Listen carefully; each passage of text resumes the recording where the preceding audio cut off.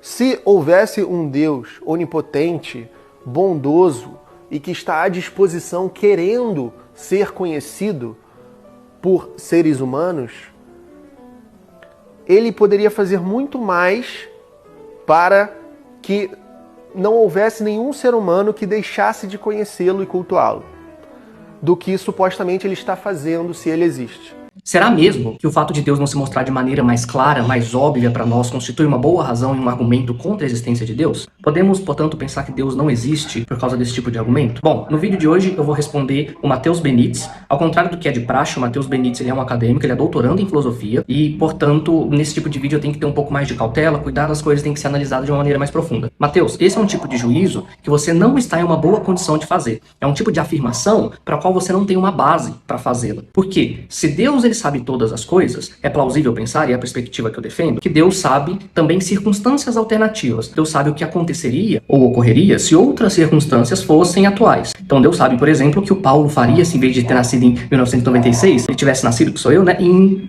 2000. O que aconteceria, o que isso mudaria no mundo. Ora, pode muito bem ser o caso que se Deus se revelasse de maneira mais clara e óbvia para as pessoas, isso até redundasse em mais pessoas acreditando que Deus existe e o cultuando, num sentido mais superficial. Mas isso não necessariamente redundaria em mais pessoas se relacionando com Deus de uma maneira adequada. De fato, confiando em Deus. Porque a perspectiva bíblica de salvação não é meramente acreditar, mas é confiar e desenvolver um relacionamento íntimo e pessoal com Deus. E o meu ponto é, talvez se Deus se mostrasse de maneira mais clara, mais óbvia para as pessoas, menos pessoas, ao contrário do que poderíamos esperar, teriam esse relacionamento adequado com Deus e confiariam em Deus e teriam fé salvífica. Porque pode ser o caso que se Deus se revelasse de maneira mais óbvia, algumas pessoas se sentiriam como que pressionadas por Deus para acreditar nele, como que obrigadas em acreditar e prestar culto a Deus, e portanto, isso até redundaria em mais pessoas cultuando e acreditando em Deus, né? Vai cultuar porque já que existe, fazer o quê? Vou cultuar. Mas não necessariamente redundaria em mais pessoas se relacionando adequadamente com Deus, com a fé salvífica, com confiança e relacionamento pessoal com Deus. E aí, se o argumento se sustentar, o ponto que você tem que demonstrar é,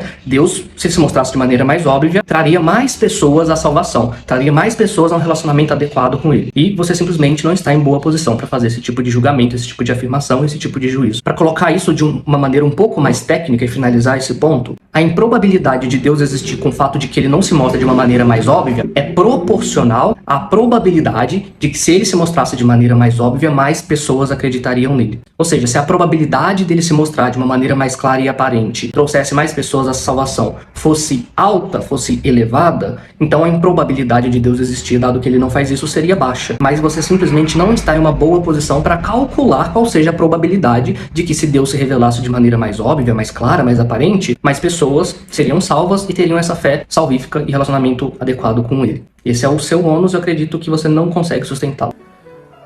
É aquela questão a respeito dos resistant non-believers, os que não são crentes e que são resistentes, supostamente. Os teístas dizem, você não acredita em Deus porque você está resistindo, Deus sempre esteve disponível. Você tem que se abrir para Deus, mas esse pode ser o caso de algumas pessoas que têm uma raiva da religião, que têm certo pé atrás com esse tipo de coisa, que são resistentes. Mas, por outro lado, existem muitas outras pessoas que simplesmente pensam, olha, eu não acredito em Deus porque eu nunca tive nenhuma experiência religiosa, eu nunca percebi uma ocasião em que Deus existisse e fizesse alguma coisa por mim, ele nunca esteve aí. Então eu não acredito. Por que eu vou acreditar? E essas pessoas não são resistentes. Essas pessoas estão só vivendo as suas vidas e elas não tiveram um motivo para acreditar. Elas não estão voluntariamente resistindo a uma crença que é praticamente inevitável, segundo os teístas. Que é irresistível, segundo os teístas. Bom, que é praticamente inevitável e irresistível, eu não sei exatamente de onde você está tirando isso. São os calvinistas que geralmente, e mais reformados, que geralmente vão dizer que Deus possui a graça irresistível, mas em relação tão somente aos seus eleitos.